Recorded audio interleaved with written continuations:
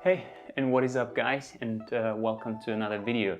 Guys, I'm very excited. By the time recording, it is end of March, and I thought it was super cool to give you an entire update on the Nano Gallery, tell you exactly how each project is doing, show you 2 projects you haven't even seen on this channel, and tell you what is coming, what is causing me headaches, what kind of freaks me out, which problems I'm facing, what I have to still find out, and how to solve those issues. And I told you in the first video there's gonna be a giveaway. I now already know how it's going to work, so stay tuned for that. Also, this video is kindly sponsored by the guys from Ultum Nature Systems. Thanks for that. And now let's get started.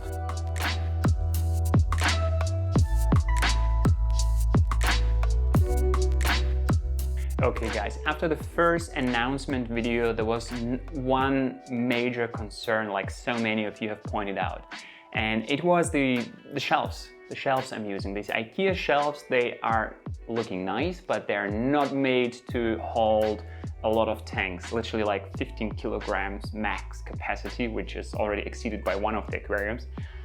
So how did I solve it? I reached out to my friends from Aquarium Amel. They custom build aquariums, and if you watch my channel, you know I work with them on larger projects.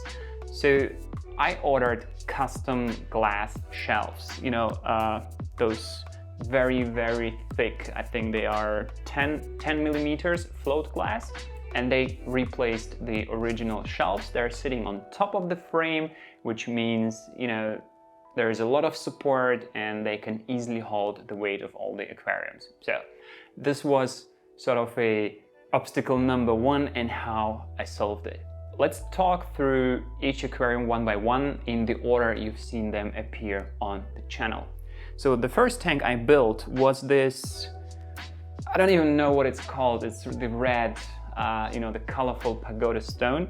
Iwagumi, which was a little bit of a replica of my UNS 5N I did many years ago, which was super successful, close to 1 million views on YouTube. So this one was doing really good, and as you can see, it's still dry. Many aquariums are still in the dry start. I will tell you and explain exactly why. So the Eleocharis pusilla in this tank has exploded in growth. It has covered the entire substrate. The Helantium tenellum in the bag is flowering, which is super nice. Just love seeing, you know, aquatic plants flowering. And then, yeah, one of the last, you know, additions to the aquarium, since I asked you in the making of video if you would like to see more details. Majority of you commented yes, more details, so I added those tiny stones, glued them in place on top of the rocks, just added, you know, a little bit more, you know, another dimension to the hardscape composition. So what is not working with this aquarium? As you can see, obviously it looks like a, I don't know, like a Halloween theme, you know, the plants starting to match the color of the rocks. I don't know why this is the case, but yeah, I don't know. So what is going to happen? By the time recording this video, next week I'm heading to the United States to speak at the AGA convention, and when I come back, all of those aquariums are going to be filled with water. I showed you on my channel how I built this water cart that's standing here, this kind of mobile vehicle for clean water, dirty water. It's super convenient, already tested out on some of the tanks with water, works perfectly. But you know, I decided because it's just so little time before the trip, I don't want to, I don't know, risk anything. So the tanks are going to be flooded after I'm back from the United States. Once this aquarium is filled with water, I'm going to trim all the Eleocharis down, and this is hopefully going to encourage a new growth, and we're gonna see a super thick carpet of the Eleocharis pusilla. However, there's one thing I still kind of debate, maybe guys you can help me. You see there is a lot of gaps in between the rocks, and I've been considering adding some plants in between. So let me know down in the comments below if you would leave it as it is, just water and some shrimps, snails, fish, whatever. Also, suggestions are welcome for each of the compositions, but if I shoot any additional plants in between the rocks.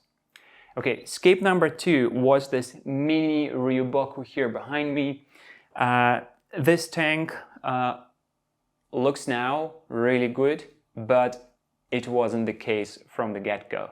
Actually, this tank has done the worst. I had a major melt of the plants in the background. I don't know why this happened. You know, every once in a while it can happen that a dry start doesn't go according to plan.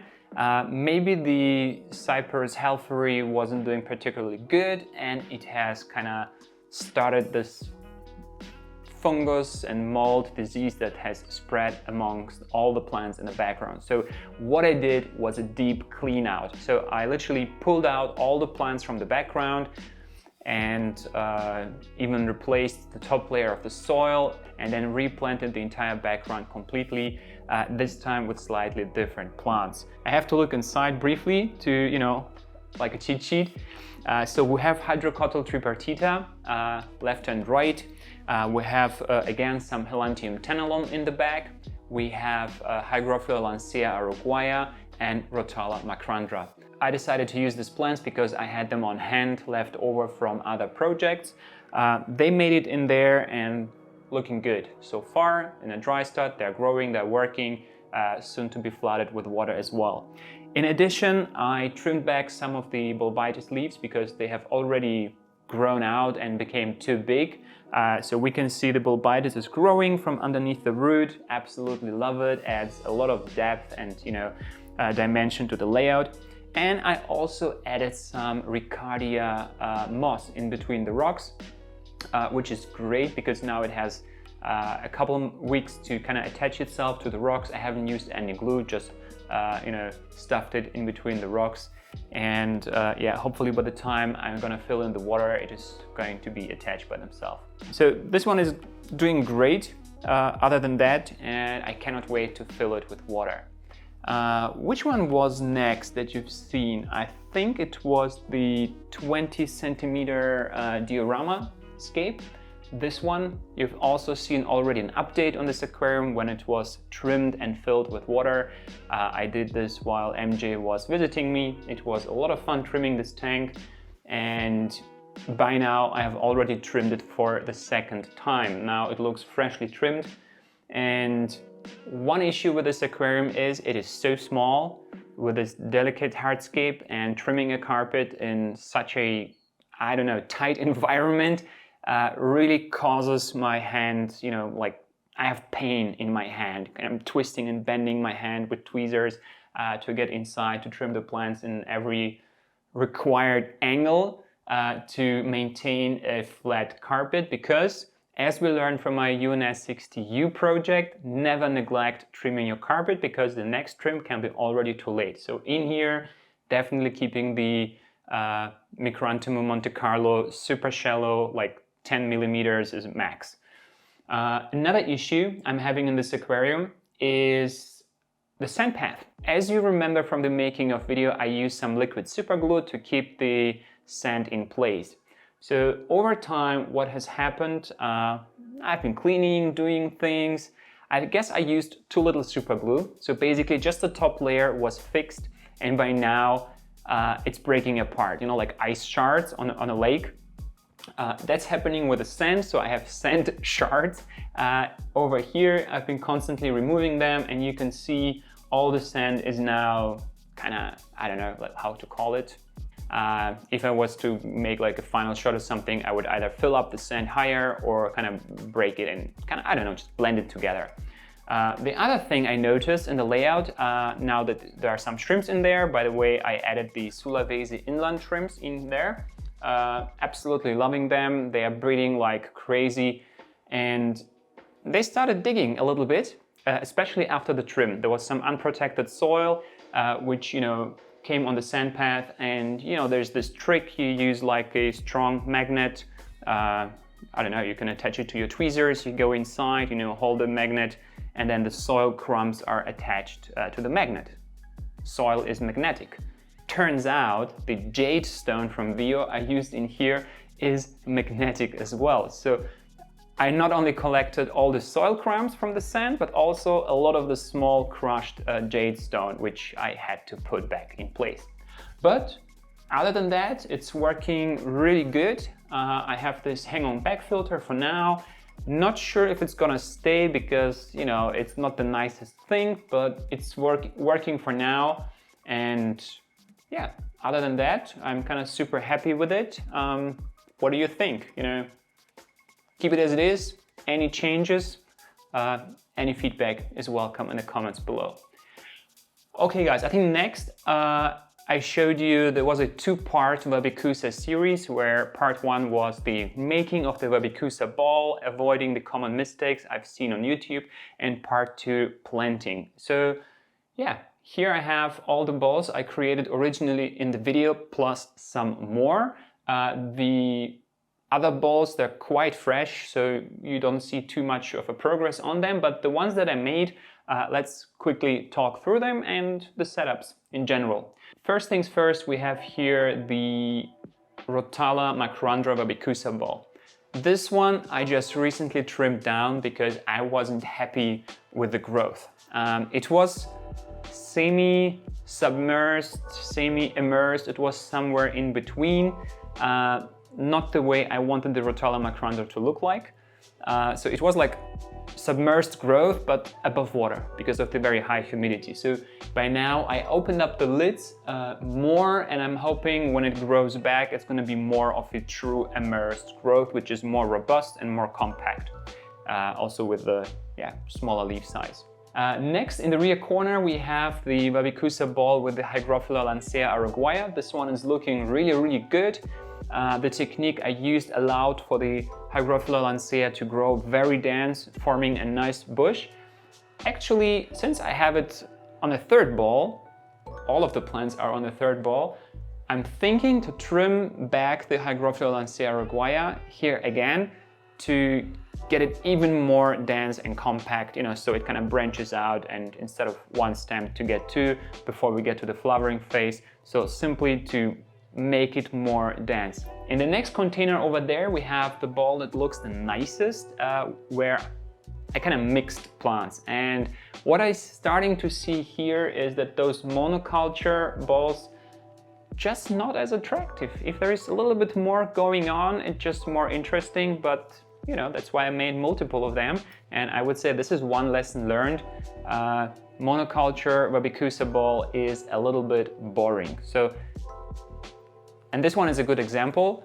I have complementing plant species. The only plant pair I'm not very happy about is the Lancea araguaia and the Rotala Macrandra. Both reddish, they blend together a little bit too much.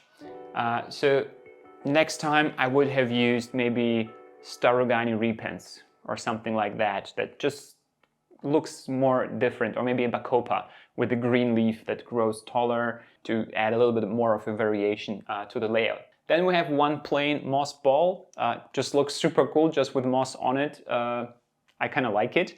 I would say this is a perfect candidate now to add, I don't know, an epiphyte on top, maybe a Bucephalandra or maybe a small Anubias. Let's see, I have a couple cups of the mini coin and the needle leaf remaining for the Sulawesi project to be planted. I'm going to talk about it next. So maybe I'm going to add one of these epiphytes on this moss ball, and then again a couple fresh made, those tiny Wabikusa balls. Again, let's see how they're going to turn out. So the final cube on the very top right corner here is the one with the Nymphea lotus and that, you know, different shape.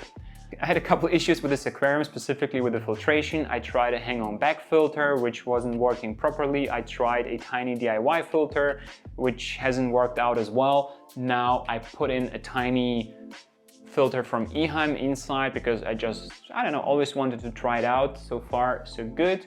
But on this one, I had to shorten the blades because even on the smallest settings, it is blowing away the fine VO sand. I think it's chocolate or something like that, choco, I don't know what the name of the sand is, but you'll see it on display. It is so lightweight that even on the smallest settings the filter is, I don't know, moving the sand too much. So I tried covering the front corners with more of the gravels, And again, by just cutting the blades of the rotor inside that little filter, I was able to reduce the flow to the amount required. In this, again, we have some Sulawesi inland shrimps, simply because a friend of mine has got too many of them. He brought me a bag like, here you have like 100 shrimps, do something with them. So I divided them in both of the aquariums. But let's talk about the Babicusa. The moss just beautifully has covered the entire bowl, and the Nymphea lotus is super, super tiny. The reason for that, I suspect, is before I used that Nymphea lotus, it kind of suffered and struggled for a long time. It wasn't like super fresh from the nursery, it stayed in the box for very long, and it wasn't in best condition, so I had to remove the majority of the leaves. So now with CO2, I can see the moss in Nymphea lotus pearling on regular basis. I also, since I have my water change station now, I swapped from tap water to soft remineralized RO water in here, and I feel like I'm starting to see a lot more growth. So follow me on Instagram for more just-in-time updates on this one, as I think in a couple of weeks from now it's going to explode in growth. Okay, up next was the Sulawesi project. This one is still as it was at the end of the video. So what is about to happen with this aquarium next? I have some Physidens fontanus, and I'm going to perform a moss mud method. Basically, create a mix of water, a little bit of soil and moss, kind of blend it all together and paint the rocks and run a dry start for 2 weeks, 4 weeks, until I see some growth of the Physidens on the rocks. This way you can achieve a very nice coverage. I think MJ did a video where he painted entire lava rocks, like big rocks with this method, and they were like fully covered in Physidens. Looked super, super cool. I'm not going to cover all the rocks with Physidens, but kind of strategically paint here and there some spots on the rocks with the Physidens moss. And then, like I just previously mentioned, I have some Anubias mini coin and Bucephalandra mini leaf that are going to go on top as epiphytes. Eventually some Eriocaulon on the ground, but not sure about that. I don't have it here.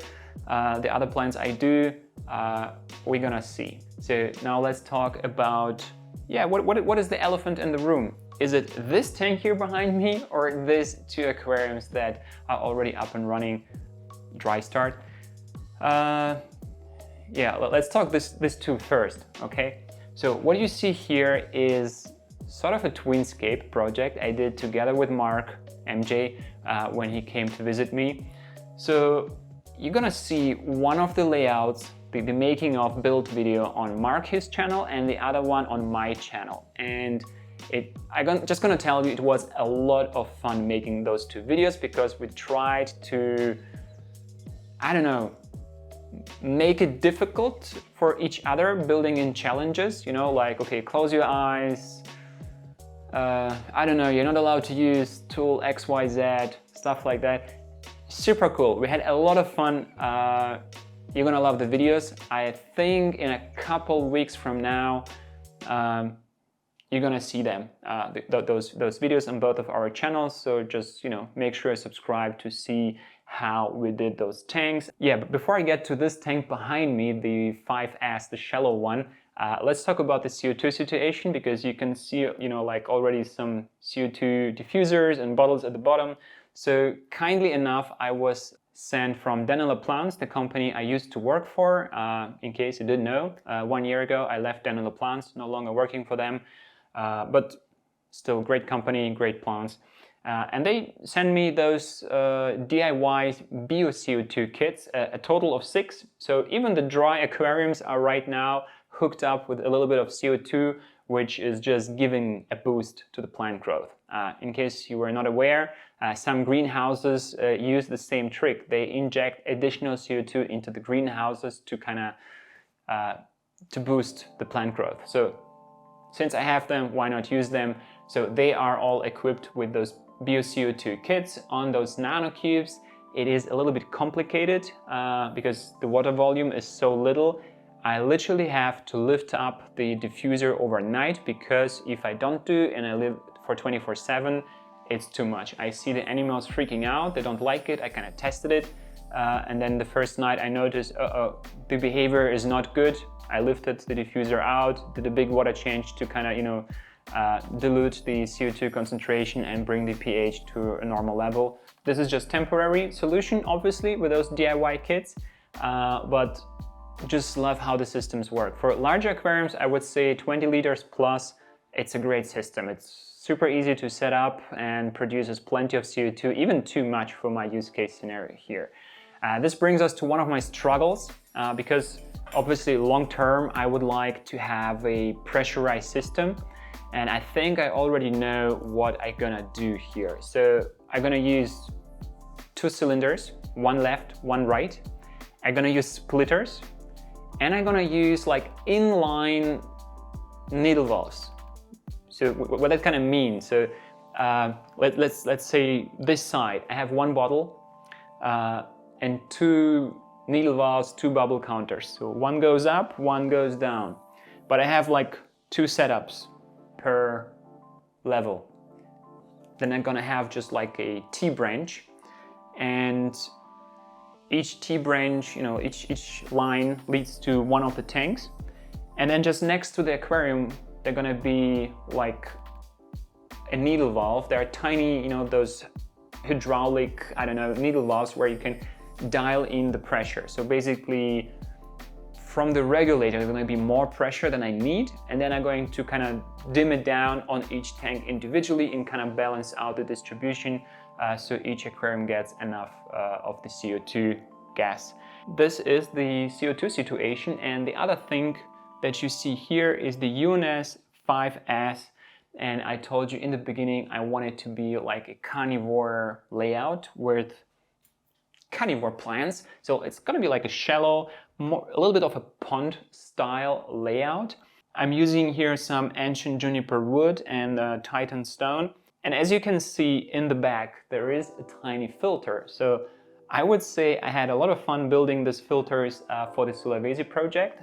That's why there is like a filter chamber in the rear corner. You almost don't see it behind the rock. What it is going to allow me is to have either a little pump sitting there and creating a little water feature that kind of runs over the rock, and you know, the sponge filters the water and no mud, no dirt can get into the pump and block it, and I can service the pump easily from the back. Or I can add a mister, like an atomizer, which is going to create this nice fog effect.